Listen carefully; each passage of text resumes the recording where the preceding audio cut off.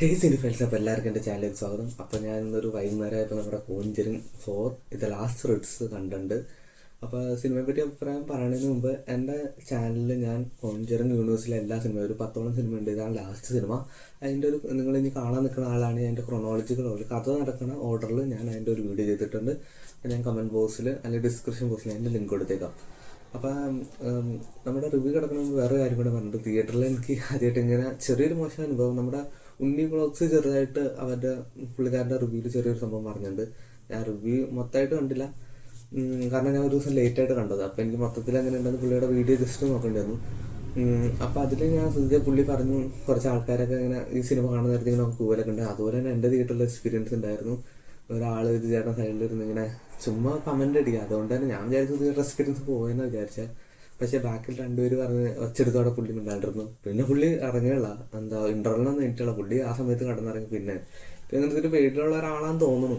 പക്ഷെ ചുമ്മാ പറഞ്ഞാൽ ഒരു ആദ്യത്തെ ഒരു 10 മിനിറ്റ് പുള്ളി ഇങ്ങനെ കമൻ്റ് അടിയായിരുന്നു. ഭയങ്കര പോകുന്നത് നമുക്ക് ഒട്ടും തന്നെ, കാരണം ഇതൊരു സ്ലോ ബേസിൽ കണ്ട സിനിമയാണ് അത്. അപ്പം നമുക്ക് ഭയങ്കര ഡിസ്റ്റർബൻസ്. ഭാഗ്യത്തിന് ഒരു 10 മിനിറ്റാണ്, അത് കുഴപ്പമില്ലായിരുന്നു. അപ്പോൾ സിനിമയെ പറ്റി പറയുകയാണെങ്കിൽ കോഞ്ചറിങ് യൂണിവേഴ്സിലെ വലിയ രസമില്ലാത്തൊരു മൂവി എന്ന് വേണമെങ്കിൽ പറയാം. കാരണം കോഞ്ചറിങ് എടുക്കുകയാണെങ്കിൽ കോഞ്ചറിങ് 1 അടിപൊളിയാണ്. കോഞ്ചറിങ് 2 അത്രയും വന്നില്ലെങ്കിൽ പോലും അത്യാവശ്യം അടിപൊളി തന്നെയാണ്. കോഞ്ചറിങ് 3 കുഴപ്പമില്ലായിരുന്നു. പക്ഷെ കോഞ്ചറിങ് 4 വെച്ച് നോക്കുമ്പോൾ ഈ സിനിമയാണ് ഇത്തിരി, അതേ വെച്ച് നോക്കുമ്പോൾ ഇത്തിരി കുറവ്. കഥയായാലും പിന്നെ അറിയാലോ, നമ്മളെ പേടിപ്പിക്കാൻ പറ്റിയിട്ടൊന്നുമില്ല. കാരണം മിക്കവാറും തിയേറ്ററിൽ ഇരുന്നുണ്ടാകും. പക്ഷെ ഒറ്റയ്ക്കാണ്, ഞാൻ ആദ്യമായിട്ടാണ് കോഞ്ചറിങ് സിനിമ തിയേറ്ററിൽ പോയി കാണുന്നത്. അപ്പം എനിക്ക് അങ്ങനെ പ്രത്യേകിച്ച് പേടിക്കാനൊന്നും തോന്നിയില്ല. ഒരു 10 മിനിറ്റ് 15 മിനിറ്റാണ് ഈ പ്രയത്നത്തിൻ്റെ സംഭവങ്ങൾ കൂടുതലും വരണത്. അവിടെ ജസ്റ്റ് നമുക്കൊരു എക്സൈറ്റിംഗ് എലമെന്റ്സ് കുറച്ച് സംഭവങ്ങളൊക്കെ ഉണ്ടെങ്കിൽ പോലും സിനിമ ഓവറോൾ ചുമ്മാ കണ്ടിരിക്കാം, അത്രേ ഉള്ളൂ എനിക്ക് തോന്നിയത്. നിങ്ങൾ സിനിമ തിയേറ്ററിൽ പോയി കാണുകയാണെങ്കിൽ, ഞാൻ എൻ്റെ തിയേറ്ററൊക്കെ അത്യാവശ്യം ഹൗസ്ഫുൾ തന്നെയായിരുന്നു. നിങ്ങളും തിയേറ്ററിൽ പോയി തന്നെ കാണാം. നിങ്ങളുടെ അഭിപ്രായങ്ങൾ ജസ്റ്റ് ഒന്ന് കമൻറ്റ് ചെയ്യാം. പിന്നെ അതുപോലെ തന്നെ കോഞ്ചറിങ്, എൻ്റെ ഒരു റേറ്റിംഗ് പറയുമ്പോൾ കോഞ്ചറിങ് ഫസ്റ്റ് തന്നെയാണ്. ഫസ്റ്റ് സെക്കൻഡ് തന്നെയാണ്.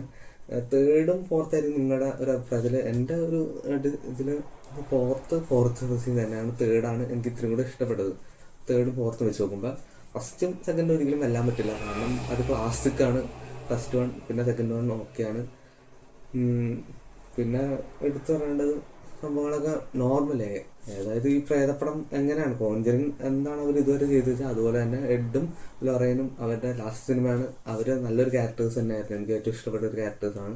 പിന്നെ അവരുടെ മക്കളുടെ ഒരു കുറച്ച് കാര്യങ്ങളൊക്കെയാണ് പറയുന്നത്. മക്കളിലൂടെയാണ് മോൾ വലുതായി അതിനെ പറ്റിയാണ് പറയുന്നത്. ഞാൻ കൂടുതൽ സ്പോയിലാക്കാനുള്ള, ഇനി കാണാറുള്ളത് കാണാം.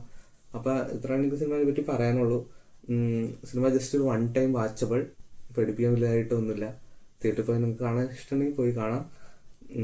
അപ്പോൾ ഇതുപോലത്തെ OTT വാർത്തകളും റിവ്യൂസും കാണാൻ വേണ്ടി ചാനൽ ജസ്റ്റ് ഒന്ന് സബ്സ്ക്രൈബ് ചെയ്യുക. അപ്പോൾ അടുത്ത റിവ്യൂ ആയിട്ട് കാണാം.